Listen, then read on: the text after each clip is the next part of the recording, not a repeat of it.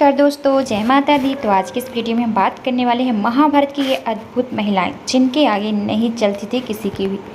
चलिए वीडियो शुरू करते हैं। महाभारत में या महाभारत काल में महिलाओं की महत्वपूर्ण भूमिका होती थी। इस काल में महिलाएं जितनी स्वतंत्र थी उतनी ही परतंत्र भी थी।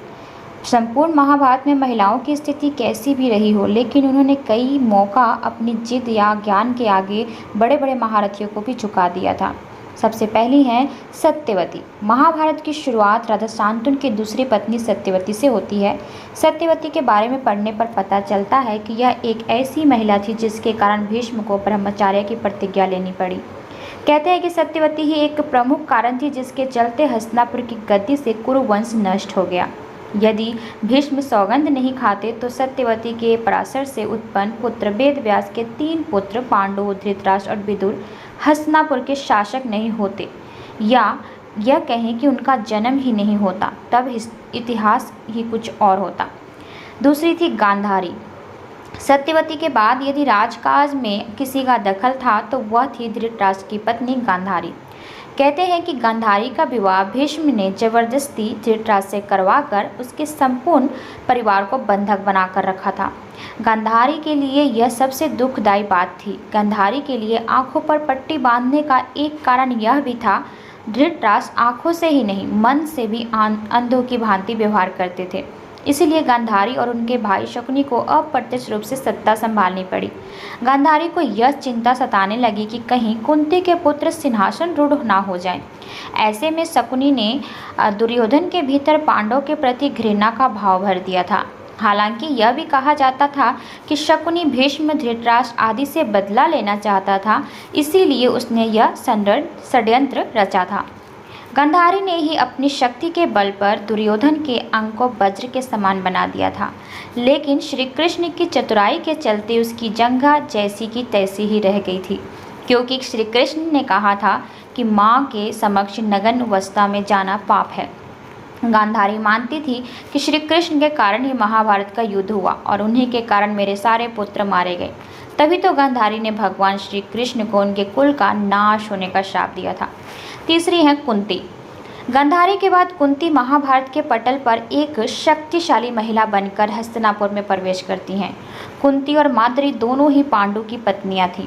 यदि पांडु को शाप नहीं लगता तो उनका कोई पुत्र होता जो गद्दी पर बैठता, लेकिन ऐसा नहीं हुआ। तब पांडु के आग्रह पर कुंती ने एक एक कर कई देवताओं का आह्वान किया। इस प्रकार माद्री ने भी देवताओं का आह्वान किया।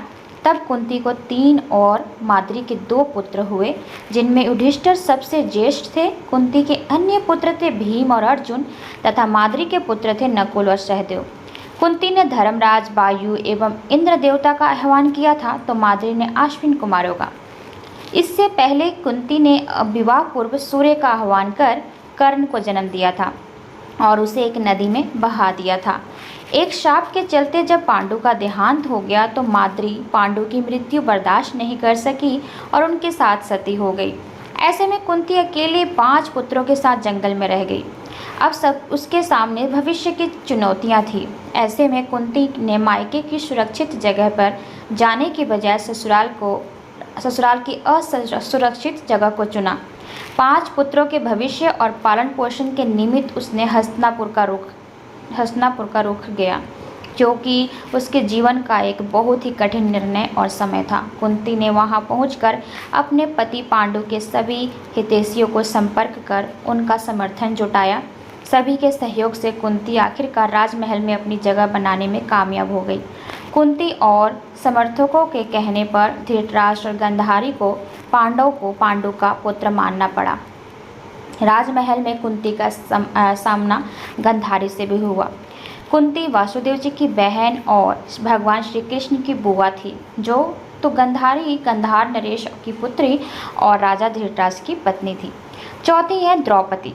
सत्यवती, गांधारी और कुंती के बाद यदि किसी का नंबर आता है तो वह थी 5 पांडव की पत्नी द्रौपदी। द्रौपदी के लिए 5 पांडव के साथ विवाह करना बहुत कठिन निर्णय था। सामाजिक परंपरा के विरोध उसने यह किया और दुनिया के समक्ष एक नया उदाहरण भी नहीं रखा, बल्कि उसने अपना सम्मान भी प्राप्त किया और खुद की छवि को पवित्र भी बनाए रखा। द्रौपदी की कथा और व्यथा पर कई उपन्यास लिखे जा चुके हैं।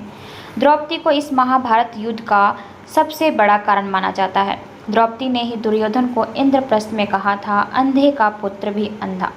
बस यही बात दुर्योधन के दिल में तीर की तरह धंस गई थी। यही कारण था कि धूतक्रीड़ा में उसने शकुनी के साथ मिलकर पांडव और द्रौपदी को दांव पर लगाने के लिए राजी कर लिया था। धूतक्रीड़ा या जुए के इस खेल ने ही महाभारत के युद्ध की भूमिका लिख दी थी, जहां द्रौपदी का चीरहरण हुआ था। 5वीं है सुभद्रा। सुभद्रा तो कृष्ण की बहन थी, जिसने कृष्ण के मित्र अर्जुन से विवाह किया था, जबकि बलराम चाहते थे कि सुभद्रा का विवाह कौरव कुल में हो। बलराम के हठ के चलते ही तो कृष्ण ने सुभद्रा का अर्जुन के हाथों हरण करवा दिया। बाद में द्वारका में सुभद्रा के साथ अर्जुन का विवाह विधि पूर्वक संपन्न हुआ। विवाह के बाद वे 1 वर्ष तक द्वारिका में रहे और शेष समय पुष्कर क्षेत्र में व्यतीत किया। 12 वर्ष पूरे होने पर सुभद्रा के साथ इंद्रप्रस्थ लौट गए। 6ठी है लक्ष्मणा। श्री कृष्ण की 8 पत्नियों में से एक जावंती थी। जावंती श्री कृष्ण के पुत्र का नाम शाम था। शाम का दिल दुर्योधन भानुमति की पुत्री लक्ष्मणा पर आ गया था और वे दोनों प्रेम करने लगे थे। दुर्योधन के पुत्र का नाम लक्ष्मण था और पुत्री का नाम लक्ष्मणा था। दुर्योधन अपनी पुत्री का विवाह श्री कृष्ण के पुत्र से नहीं करना चाहता था। भानुमति सुदक्षिण की बहन और दुर्योधन की पत्नी थी, इसलिए एक दिन शाम ने लक्ष्मणा से प्रेम विवाह कर लिया और लक्ष्मणा को अपने रथ में बैठाकर द्वारिका ले जाने लगा। जब यह बात कौरवों को पता चली तो कौरव अपनी पूरी सेना लेकर शाम से युद्ध करने आ पहुँचे। कौरवों ने शाम को बंदी बना लिया। इसके बाद जब श्री कृष्ण और बलराम को पता चला तब बलराम हस्तिनापुर पहुंच गए। बलराम ने कौरवों से निवेदन पूर्वक कहा कि शाम को मुक्त कर उसे लक्ष्मणा के साथ विदा कर दे, लेकिन कौरवों ने बलराम की बात नहीं मानी। तब बलराम ने अपना रौद्र रूप प्रकट कर लिया। वे अपने हल से ही हस्तिनापुर की संपूर्ण धरती को खींचकर गंगा में डुबोने चल पड़े। यह देखकर कौरव भयभीत हो गए। संपूर्ण हस्तिनापुर में हाहाकार मच गया। सभी ने बलराम से माफ़ी मांगी और तब शाम को लक्ष्मणा के साथ विदा कर दिया गया। द्वारिका में शाम और लक्ष्मणा का वैदिक रीति से विवाह संपन्न हुआ। 7वीं है सत्यभामा। सत्यभामा भगवान श्री कृष्ण की पत्नी थी। राजा सत्यजित की पुत्री श्री कृष्ण की 3 महारानियों में से एक बनी। सत्यभामा के पुत्र का नाम भानु था। सत्यभामा को एक और जहां अपने सुंदर होने तथा श्रेष्ठ घराने की राजकुमारी होने का घमंड था, वहीं देव माता अदिति से उनको चिरयौवन का वरदान मिला था, जिसके चलते वह और भी अहंकारी हो चली थी। महाभारत में उसका चरित्र इसीलिए उभर कर सामने आते हैं क्योंकि वह राजकार्य और राजनीति में रुचि लेती थी। नरकासुर के वध के पश्चात एक बार श्री कृष्ण स्वर्ग गए और वहां इंद्र ने उन्हें पारिजात का पुष्प भेंट किया। वह पुष्प श्री कृष्ण ने देवी रुक्मणी को दे दिया। देवी सत्यभामा को देवलोक से देव माता अदिति की ने चिरयौवन का आशीर्वाद दिया था। तभी नारद जी आए और सत्यभामा को पारिजात पुष्प के बारे में बताया कि उस पुष्प के प्रभाव से देवी रुक्मणी भी चिरयौवन हो गई है। यह जानकर सत्यभामा क्रोधित हो गई और श्री कृष्ण से पारिजात वृक्ष लेने की जिद करने लगी थी। इस तरह सत्यभामा के कई किस्से प्रचलित हैं। सत्यभामा का घमंड हनुमान जी ने तोड़ा था। अन्य महिलाएं में भीम की पत्नी हिडम्बा, दुर्योधन की पत्नी भानुमति, अर्जुन की पत्नी उलूपी, श्री कृष्ण की पत्नी जावंती और सत्यभामा आदि अनेक महिलाएं भी थीं जिनका महाभारत में उल्लेख मिलता है। प्रत्येक महिला में अद्भुत खूबियां थीं। तो उम्मीद करती हूँ कि आज की वीडियो आप सबको अच्छी लगी होगी। तो चलिए आपसे मिलते हैं अगली वीडियो में। तब तक के लिए आज्ञा दीजिए। धन्यवाद।